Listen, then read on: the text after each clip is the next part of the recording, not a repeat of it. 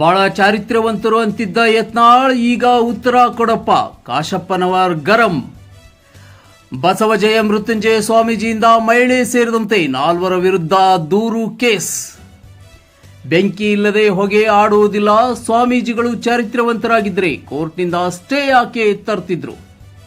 ಬಸವಜಯ ಮೃತ್ಯುಂಜಯ ಸ್ವಾಮೀಜಿಗಳು ಸ್ವಾಮೀಜಿಗಳಾಗಿ ಉಳಿದಿಲ್ಲ. ನಡೆ ನುಡಿಯಲ್ಲಿ ಅವರು ಸ್ವಾಮೀಜಿಗಳಾಗಿಲ್ಲ. ಅದೇ ಹಿನ್ನೆಲೆಯಿಂದ ನಾವು ಅವರನ್ನ ಪೀಠದಿಂದ ಉಚ್ಚಾಟನೆ ಮಾಡಿದ್ದು. ಉಚ್ಚಾಟನೆಗೂ ಮುನ್ನ ಅವರಿಗೆ ನೀವು ಸುಧಾರಿಸಿ ಅಂತ ನೋಟಿಸ್ ಕೂಡ ಕೊಟ್ಟಿದ್ದೆವು.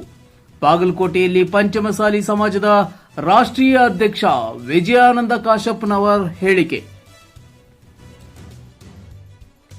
ಇಲ್ಲಿ ಭಾರಿ ದೊಡ್ಡ ದೊಡ್ಡ ನಾಯಕರು ಏನು ಒಂದು ಸರ್ಕಾರದಲ್ಲಿ ಸಚಿವರಾಗಿ ಏನು ದೊಡ್ಡ ನಾಯಕರು ಒಬ್ಬವ ನಾನೇ ಮುಖ್ಯಮಂತ್ರಿ ಅಂತ ಹೊಯ್ಕೊಂತ ಹೇಳ್ತಾನೆ. ಈಗ ಉತ್ತರ ಕೊಡ್ಲವ ನಮ್ಮ ಸ್ವಾಮೀಜಿ ಅಂತ ಇಲ್ಲಿ ಬಾಗಲಕೋಟೆ ಭಾಷಣ ಮಾಡ್ಯಾನಲ್ಲ, ಉತ್ತರ ಕೊಡ್ಲವ ಯತ್ನಾಳ ಪೀಠ ಕಟ್ತೀನಿ ಅಂದ್ರೆ ಹೊಸ ಪೀಠ. ನಮ್ಮ ಕೆಲಸ ನಾವು ಮುಗಿಸ್ಬಿಟ್ಟಿವಿ.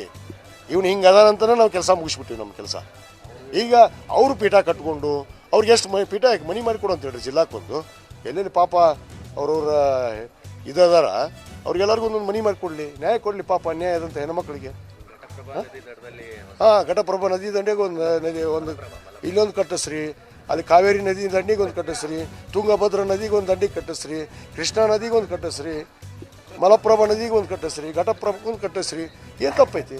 ಕಟ್ಟಿಸ್ಕೊಳ್ಳಲಿ. ಇವ್ರು ಕಟ್ಟಿದಾರಲ್ಲ. ಮತ್ತು ಮಿಸ್ಟರ್ ಯತ್ನಾಳ, ಸಿ ಪಾಟೀಲ, ಅರವಿಂದ್ ಬೆಲ್ಲದ, HS ಶಿವಶಂಕರ ಮತ್ತು ಇವರೇ ಅಲ್ಲ ಅವರು ಭಾರಿ ಚಾರಿತ್ರ್ಯವಂತರು ಅಂತ ಹೇಳಿದವರು ಇವರು. ನನ್ನ ಮೇಲೆ ದೂರಿಸ್ತಾರ. ವಿಜಯಾನಂದ ಕಾಶಪ್ಪನವರೇ ಮಾಡಿಸ್ತಾನೆ. ಯಾಕೆ ನನಗೇನು ಹರ್ಕತ್ ಐತ್ರಿ? ನಮ್ಮ ಕೆಲಸ ನಾವು ಮಾಡಿಬಿಟ್ಟಿವಿ.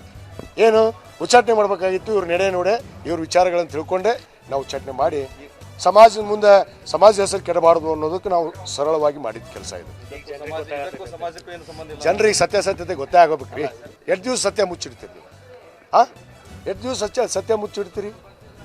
ಸತ್ಯ ಅನ್ನೋದು ಒಂದು ಕೈ ಎದ್ದಾಗ ಅಂತದ್ದು. ಅದು ತಡವಾದರೂ ಕೂಡ ಅದು ಬರುತ್ತೆ ಬೆಳಕಿಗೆ. ಅದು ಬಂದೈತೆ ಅಷ್ಟೇ. ಯಾರ ಕೈವಾಡನೂ ಇಲ್ಲ, ಮಣ್ಣು ಮಸಿ ಇಲ್ಲ.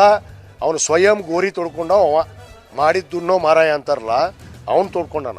ಮಾಡಿದ್ದು ಸತ್ಯ, ಅದರಲ್ಲಿ ನೀನು ಎರಡನೇ ಮಾತೇ ಇಲ್ಲ. ಮಾಡ್ಲಾರ್ದ ಯಾಕೆ ಅವ್ರು ದೂರು ಕೊಡ್ತಾರೆ? ಅವ್ರು ಯಾಕೆ ರೊಕ್ಕ ಕೇಳಕ್ಕೆ ಬರ್ತಾರೆ? ಅವ್ರು ಯಾಕೆ ಹೊಡ್ಯಾಕೆ ಬರ್ತಾರೆ ನಿಮ್ಮನ್ನು? ಏನು ಹುಚ್ಚಿರುತ್ತೆ ಜನರಿಗೆ? ಯಾರೋ ಸ್ವಾಮೀಜಿಗೆ ಹೋಗಿ ಹೊಡೆಯೋದು? ಎಲ್ಲರೂ ನೋಡ್ರಿ ಪದ್ಧತಿ. ಈಗ ಅವ್ರ ನಾಯಕರು ಹೇಳ್ಯಾರಲ್ಲಪ್ಪ, ನಮ್ಮ ಸ್ವಾಮೀಜಿ ಅವ್ರು ಇದ್ದಲ್ಲಿ ಇವ್ರು ಇರ್ತಾರಂತ, ಇವ್ರು ಇದ್ದಲ್ಲಿ ಅವ್ರು ಇರ್ತಾರಂತ. ಯಾರು ಅವ? ಅದನ್ನು ಗೊಡ್ಡೆಮ್ಮಿ.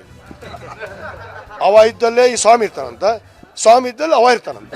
ಈಗ ಉತ್ತರ ಕೊಡ್ಲಿ, ಕರ್ಕೊಂಡೋಗಿ ಮನೆಗೆ ಇಟ್ಕೊಳ್ಳಿ. ಅವ್ರು ಯಾರು ಹೆಣ್ಮಕ್ಳು ಅದಾರ ಉಸುರ್ಗೆ ಒಂದು ಮನೆ ಕಟ್ಟಿಕೊಳ್ಳಿ ಪಾಪ.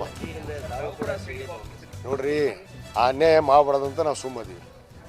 ಅನ್ಯಾಯ ತುಂಬಿದಾಗ ಏನಾಗುತ್ತೆ? ತಾನ ಹೊರ ಚೆಲ್ಲತ್ತಂತ.